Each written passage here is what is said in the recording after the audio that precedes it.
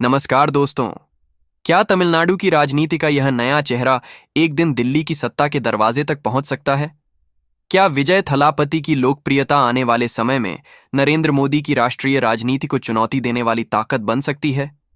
दक्षिण भारत से उठ रही इस राजनीतिक हलचल ने कई सवाल खड़े कर दिए हैं और आज हम इसी बड़े सवाल पर विस्तार से चर्चा करेंगे।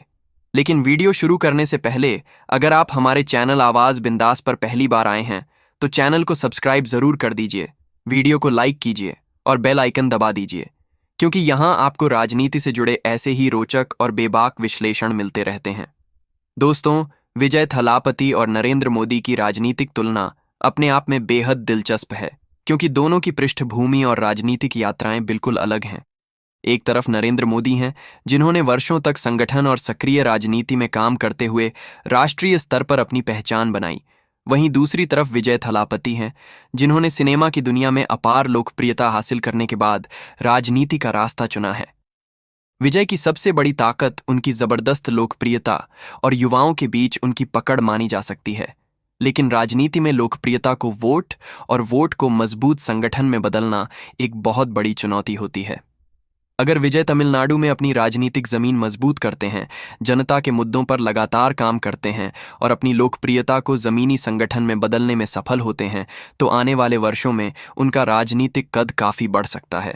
लेकिन दिल्ली की सत्ता तक पहुंचने के लिए उन्हें केवल तमिलनाडु में ही नहीं, बल्कि देश के दूसरे हिस्सों में भी अपनी स्वीकार्यता बनानी होगी।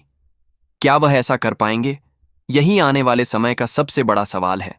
नरेंद्र मोदी की राष्ट्रीय राजनीति में वर्तमान स्थिति को देखते हुए विजय के लिए यह मुकाबला आसान नहीं होगा, क्योंकि राष्ट्रीय राजनीति में अनुभव, संगठन, गठबंधन और देशव्यापी जनसमर्थन की जरूरत होती है। फिर भी लोकतंत्र में कोई भी संभावना हमेशा के लिए बंद नहीं होती। अगर विजय आने वाले वर्षों में अपनी राजनीतिक क्षमता साबित करते हैं, युवाओं को जोड़ते हैं और अलग अलग राज्यों के लोगों के बीच अपनी पहचान बनाते हैं, तो वह राष्ट्रीय राजनीति में एक महत्वपूर्ण चेहरा जरूर बन सकते हैं। इसलिए आज यह कहना जल्दबाजी होगी कि विजय थलापति दिल्ली की सत्ता तक पहुंचेंगे या नहीं, लेकिन इतना जरूर है कि उनकी राजनीतिक यात्रा पर देश की नजर बनी रहेगी। अब असली सवाल आपसे, क्या विजय थलापति भविष्य में तमिलनाडु से निकलकर दिल्ली की राजनीति में बड़ा नाम बन सकते हैं? क्या उनमें राष्ट्रीय स्तर पर अपनी जगह बनाने की क्षमता है?